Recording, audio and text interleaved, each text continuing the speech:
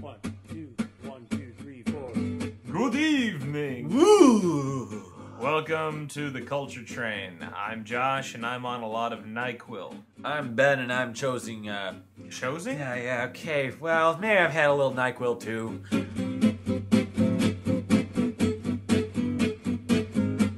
Hey everybody, welcome to Culture Train. I've had a cold for a couple of days, so I'm a little out of it. But what better movie could one pick for a snowy, snowed-in, blizzard-pocalypse Chicago evening than Dracula? And this is not one of the 50 variations. This is the granddaddy version, put out in good old 1931. That's right. It starred Bela Lugosi as Count Dracula. It had Helen Chandler, David Manners, Dwight Fry was Renfield, and Edward Van Sloan was Van Helsing. It was directed by Todd Browning, and it was also produced by Todd Browning. And the screenplay was by Garrett Ford, and the cinematography was by Carl Frund. It's only 75 minutes long, so it really is an easy sit-down movie to watch. So far, it's probably the best we've seen so far. Yeah, hands down. Of all three films. So it's in high competition, you could say. Okay, interesting things about this movie. Bram Stoker wrote the original book, Dracula, for which all Dracula was therefore based on. The Bible of Dracula was written by this man, as we call it, the Bible. As we call it, the Bible. There are hymns we have written as well. Yeah, and we'll get those out to you. Just email us. It was already filmed without permission as Nosferatu in 1922 by F.W. Murnau. And Bram Stoker wasn't too pleased as punch with that. Pleased. Yeah, so he actually ordered that all of the prints of Nosferatu be destroyed. That's right. Which didn't work, because we can still see that movie. Actually, suck it. Actually, it was Bram Stoker's widow who sued for plagiarism and copyright infringement. But she was probably speaking on his behalf because he had possessed her mind. As women will do. Yeah, especially when they're dating and married to vampires. Yeah. And originally, when they wanted to make the film, Bram Stoker wanted it to be a big-scale, lavish movie like The Hunchback of Notre Dame and The Phantom of the Opera from 1925. And he wanted Lon Chaney to be in the film, but Chaney was under contract at MGM, so he couldn't do it. Plus, and more importantly, he died. Yeah, so no luck there. And then after looking at a whole bunch of stuff, there was a stage play starring the man himself, Bela Lugosi, and originally they didn't want him, but they ended up going with him, and he was paid a paltry sum of $500 per week, amounting only to $3,500. And this was even during the Great Depression, which even then it was apparently, an insultingly low fee. So this was, obviously a huge passion project for Bela Lugosi, who actually, as it turns out, would be buried in the cape that he wore in this. So, passion project to pitiful obsession, I guess, is kind of where it makes me sad in its dramatic irony. Wait, is it dramatic irony? It's not. No, I think he just died. Another interesting thing that we found out is that in 1999, Philip Glass wrote a score to the 1931 Dracula that you can find on iTunes, and you can also buy a DVD that has the parts in the film where the score would have been played, and they sometimes play it live at showings. We got to watch little bits and pieces of that tonight, and it's awesome.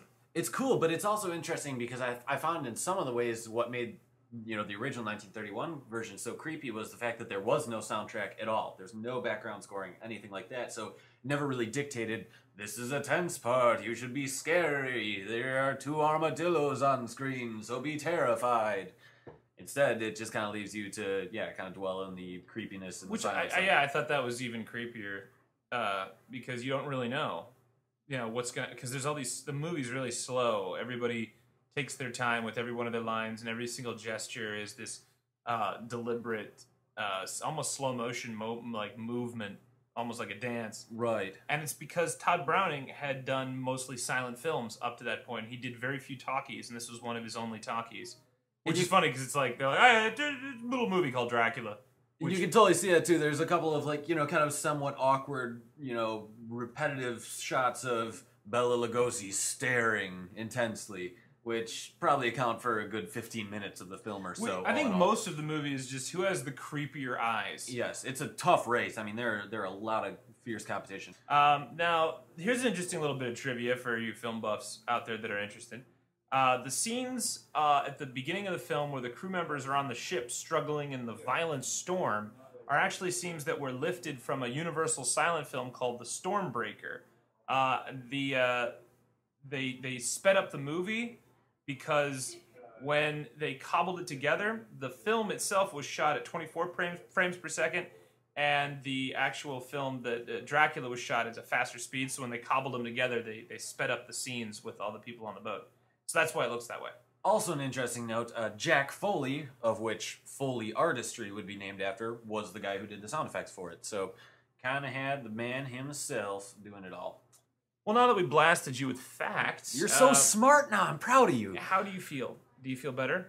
Because I do for you now, because you know more than most people. You're gonna go out and you're gonna talk to your friends, and they're gonna be like, "You Wow. got smart." Go get a girlfriend or a boyfriend. So all in all, what I liked about this movie, I think, is that it was good. It was not bad. Yep. That and it seemed like, and I think this is a testament to this black and white project. Everything looked like it was sketched with pencils and charcoal, even though it was all sets and actually filmed, and these were real people that were really doing this. And that was back in those days when they actually had to build the set. Right. So all the big castle sets and everything, that was real. It wasn't CGI crap. Right. They had some matte paintings, but that was it. Right. Everything looked like it was sketched, like an Edward Gorey novel. Like the black and white footage that we saw, I don't know if it was like the latest print or whatever, but it was so like just staring at the way the shadows were playing on each other. Like the blacks were like ink black. Really dark. Yeah. It was a lot darker than the other ones we've seen. Not obviously just for the content's sake, but I mean just visually dark. I just think they played a lot with shadows. It's interesting that these new modern horror movies forget how scary just darkness can be. And we are scared of the dark for a reason. Yeah, and in this movie, it was like it was the darker the better. And every time the light would move, you would catch just shadows and glimpses and highlights of things. And I think that the black and white film is just an art. It's just an artist's canvas, and as opposed to painting with color and with CGI and with all these special effects that we have now, and HD and all the clarity. This was like a really beautiful series of ink drawings and pencil sketches. There aren't too many movies that I find both really creepy but also beautiful at the same time. I mean, I've kind of been desensitized by Saw and Hostel and Yo Gabba Gabba. So it's kind of, a big difference to see, this is just very quiet and subtle, but also very, very creepy. It's a testament to old movie making that young movie makers really should, take a basics course. We're talking to you, Junior. Yeah, seriously. Hey, Columbia. Grow up. Take your notes. Go to class. Yeah, please. Right? Don't sleep in and so much. But still do a lot of drugs because clearly that had to happen for this movie. Every artist, gateway. Also, the performance. I think that Bela Lugosi has this. He's an icon of cinema and of monster movies and of horror fanatics.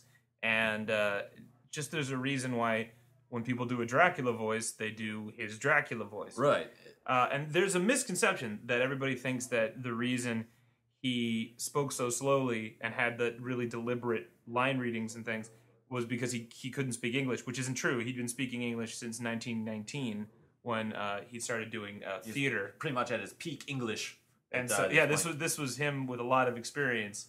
It just seemed right. Yeah, he was just knowing what was creepy sounding and everything. So he's smarter than you thought he was. He's he smarter also than you. Doesn't blink throughout the entire film, which Right. I know all of you are going to go and watch it now and try to disprove us. No, it's true. He doesn't blink at all. Yeah.